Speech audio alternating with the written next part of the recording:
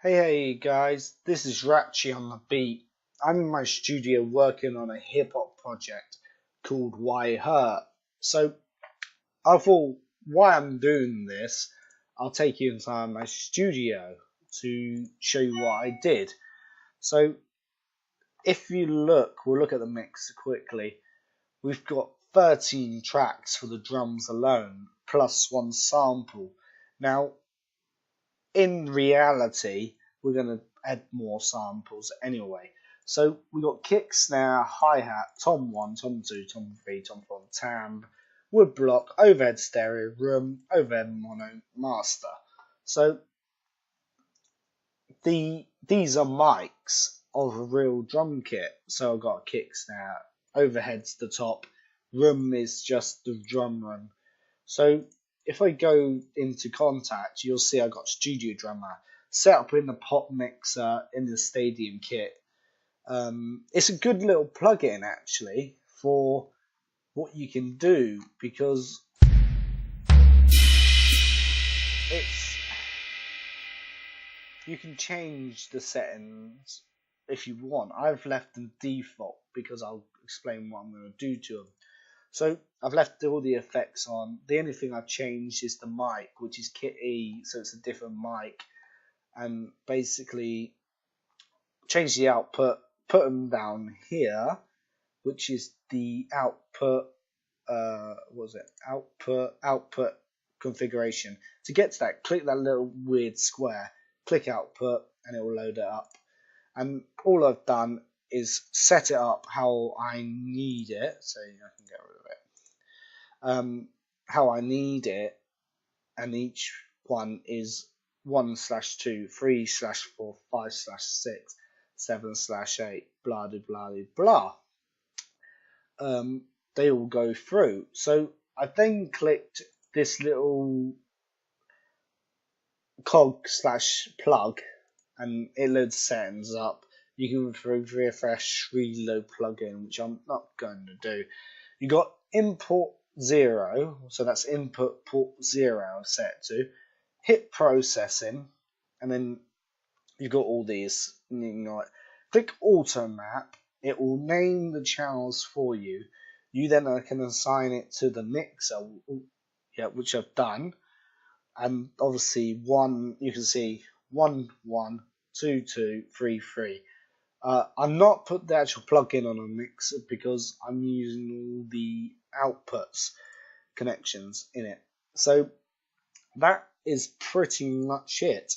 So the one thing Studio Drummer has is a groove library. Now, in the grooves, you got fills, grooves, and stuff. You got different jazz, funk, ballad, indie rock. Got 11 different genres to choose from, different speeds. As I see, I'm in groove 9, 110 BPM,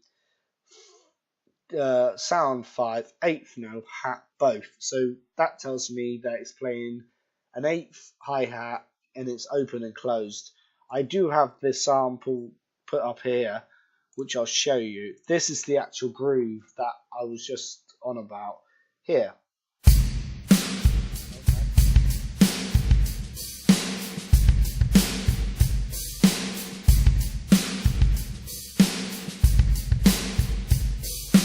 So what did I do?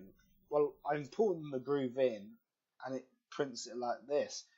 So I've taken the eighth notes of the kick and put them into my kick channel or my kick pan. I've kept the velocity, I've kept the kick in the eighths, but all I've done is create my own feel and how I want it to sound. So this is what the kick sounds like on its own.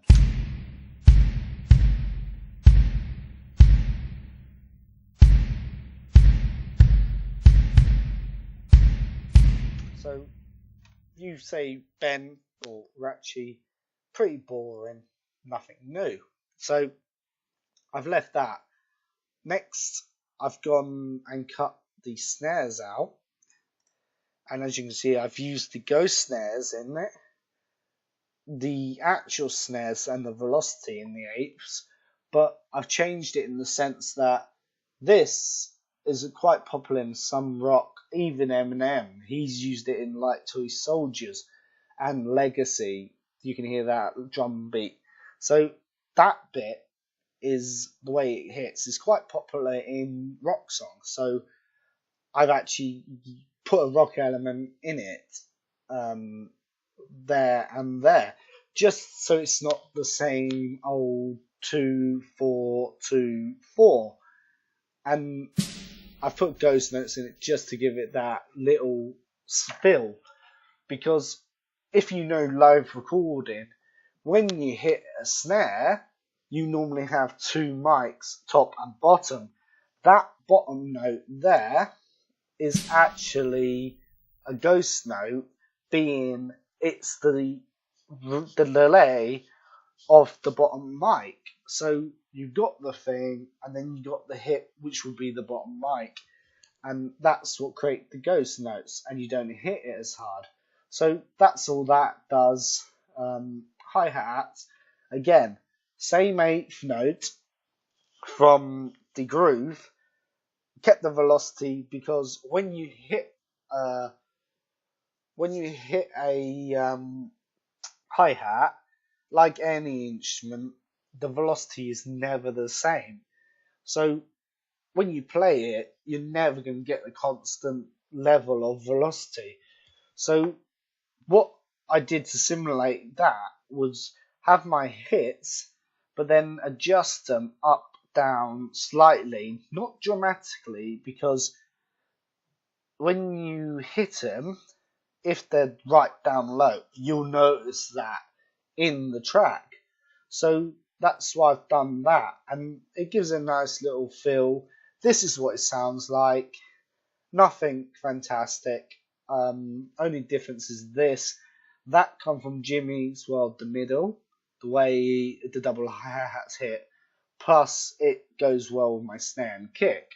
So that's why I use that. And I sort of was playing the drum tab to it, and I went, that little double hi-hat would suit this track. So I put it in, built everything else around it, but I say, because it's so generic, it's new, but it's used and old. You could do it with samples, but then you don't get the thrill, and I'll show you that in a second. So just check it out.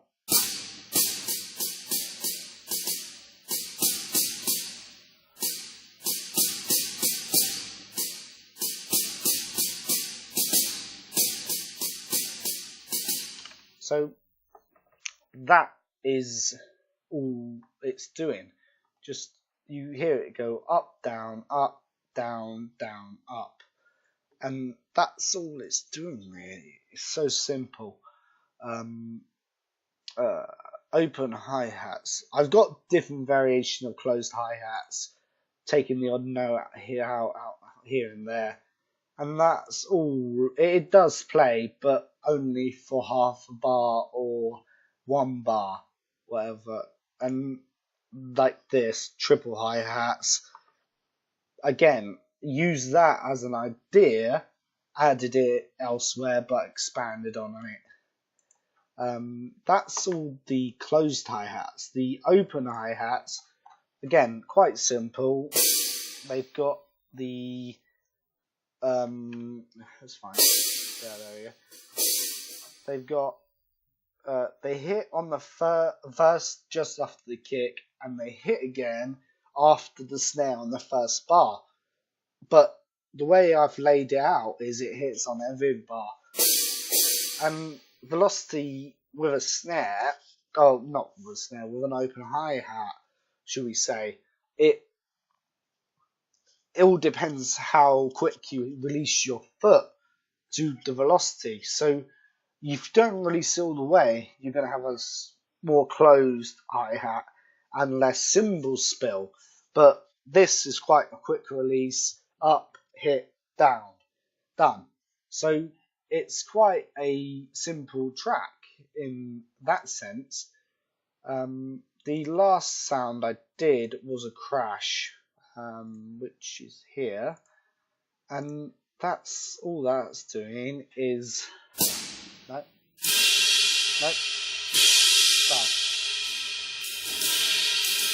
that's a ride, that's China, that's a crash. Well, one crash. So all it's doing is quick hit at the beginning of the track, and that's it. Now, as I said, the hi-hats, open hi-hats are on every bar. So this is the loop.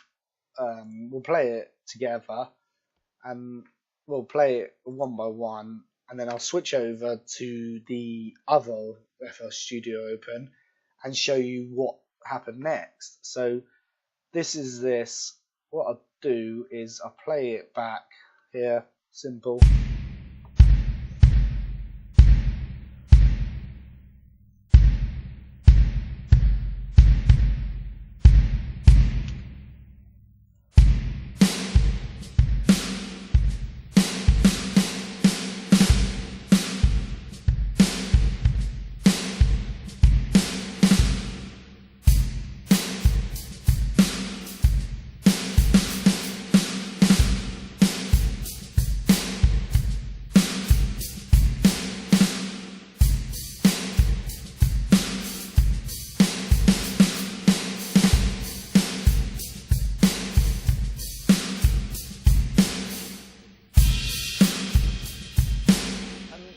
See how it all works. And with this project, I'm going to go step by step as it's recorded. So the next segment will be the bass, guitars, and I'll explain the production, and then the final part, and all the way through until we mix it. You'll see some sounds in it, like strings. You'll think they're just 2 bars and there's no fill. In the mix session, I will be doing automation.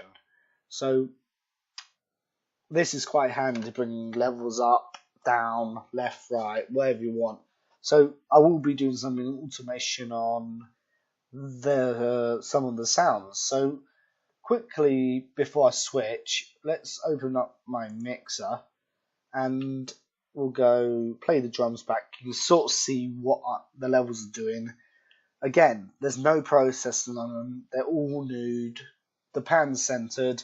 The levels are set because the drums are, well, recorded, and I'll show them in a second. So let's play this all back for 4 bars.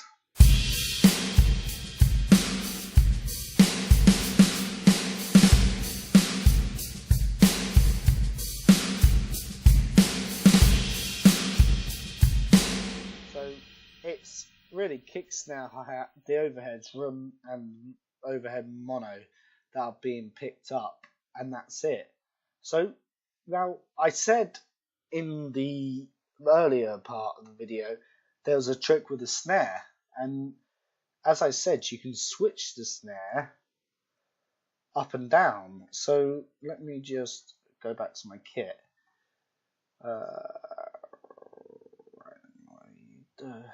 Sorry, the mouse is playing up. So there, I've got 1 snare, and I'll put that. Play it back.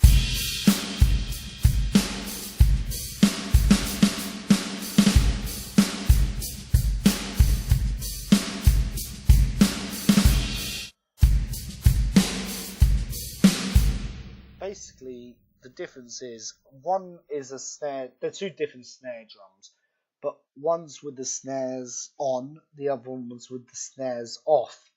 So keep that in mind as I bounce to this project here, and I'll explain it. What this is here is my recorded session. So, and I get this a lot, when you go to send a session out, you need tracked out. So this is the drums tracked out, ready to go in the mix. So what have I done really? Instead of 13 channels, there's 17. So it's gonna take that, and then we're not talking processing on the samples that are in place, guitars, all that, and then you got all the plates, which will go with my mix session. So in the end, you're looking probably about 54 channels in a mix, which is not very big, but it's still quite a lot to get your head around. And I'll describe it in a series of videos like this: drums, da da da da da. Anyway, so what have I got? I got kick in, kick out. Now that's the same as what that is, because if you go to the mixer, yeah, you got kick in, kick out mic and a sub mic, so it's all three of them combined. Where in this version, I've only got kick in, kick out. So this is the inside mic, and this is what it sounds like.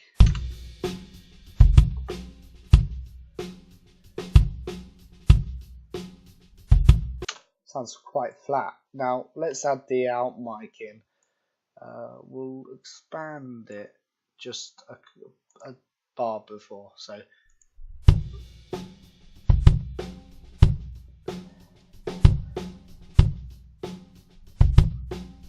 as far as drums goes, they're quite clean in the sense because it's hip hop, they're quite clean and they're quite easy to clean up.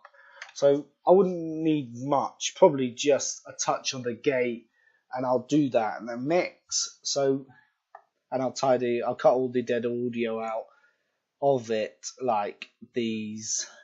I won't cut that, but I cut dead audio out, like 2 bars here, there, well, that, or I'll just clean it up, more likely clean it up. So I've then got the snare tops. Now, the snare tops is the same as what the other snare was doing, but because it's got a snare top and bottom, but I've mic'd it from 2 on the top, 2 on the bottom, and 1 on the side, just to pick up all the snare. So this is both snares dry, and if you remember, I said with the AAB on Studio Drama that one was with the snares and one was without. This is without the snares, so the snares aren't touching. So this is what that sounds like.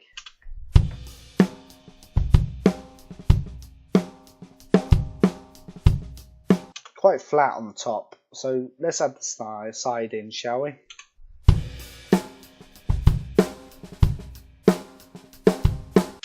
Yeah, let's get in there. Add the bottoms in. So let's play that.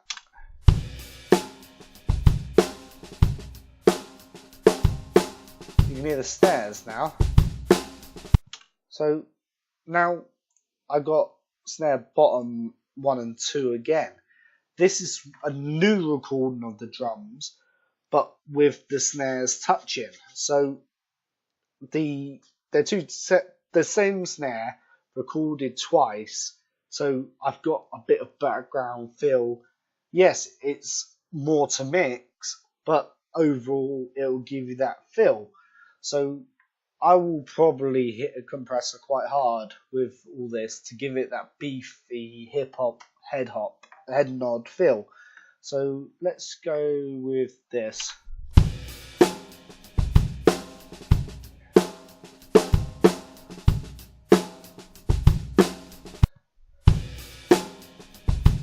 So yeah, getting there. Let's add the side snare shell in again with the second snare.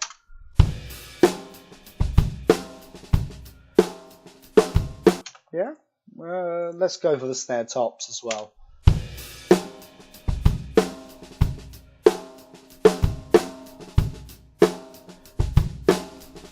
So it gives it that better weird feel, and because I didn't put that in the mix, like in the production session, it wasn't until I bounced the drums down and I thought, what about doing this? So there, and then I've got the hi-hat, which is the same as what that is mic'd. So it's the open and closed hi-hat.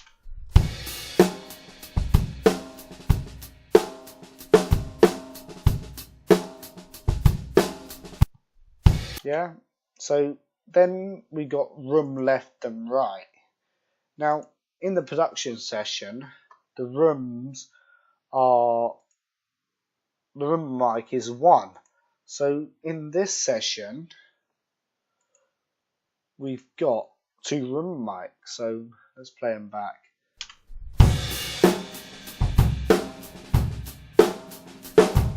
So you can sort of hear the whole drum kit. Now, we got a crash at the beginning. That would be picked up by the overheads, and this is what they sound like. So let's have a listen.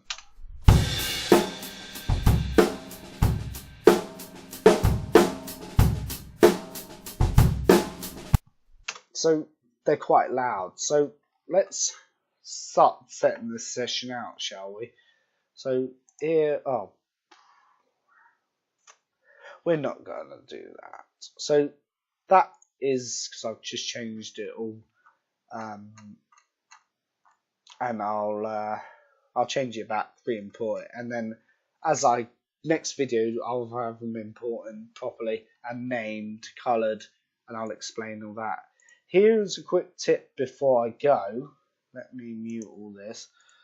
And in track 18, if you're sending to a drummer, you will need a click track.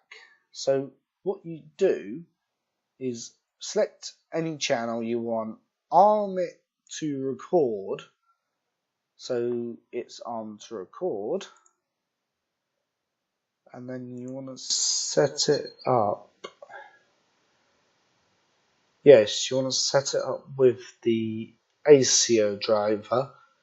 So what I'll do quickly is I will mute this one like so.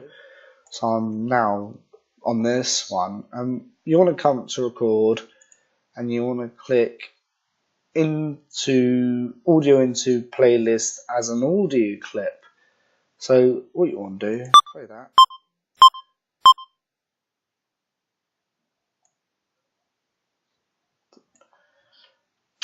No, I didn't do it right. Hold on. This is just before you go. So let me delete that. No, I don't want that. I want that. But no, I don't want it.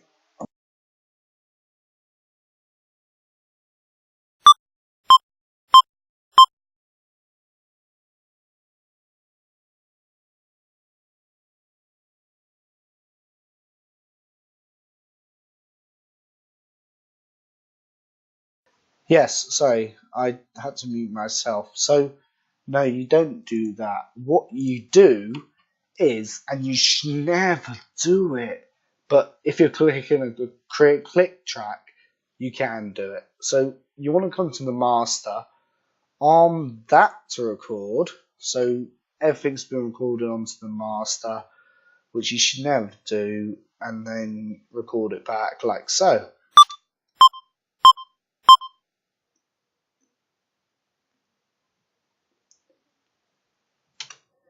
No, it's not working. Why did... Sorry, I've got to work this out now. How did I...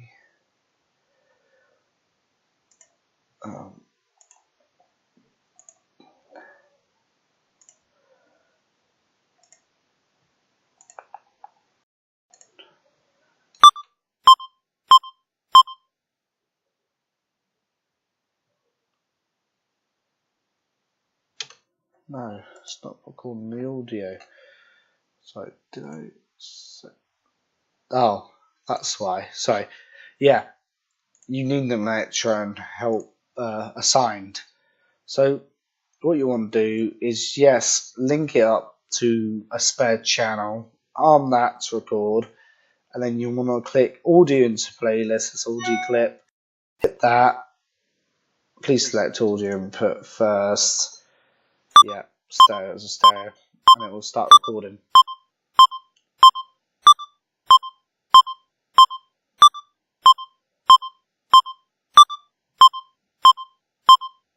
After a few, it didn't do it. So let's try one more thing. Yeah, let's record it straight onto the master. Unlink it. So that's straight on. Metronome's on. Hit record.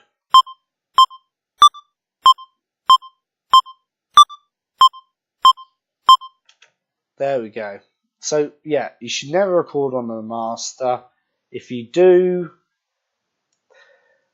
bad. But to clear a click track in FL Studio, it's okay, because now that's just record the metronome. What you do is record the metronome for the length of your song and a couple of bars after to give it, and all it does is plays in the drummer's ears or the musician's ears, and it keeps them in time.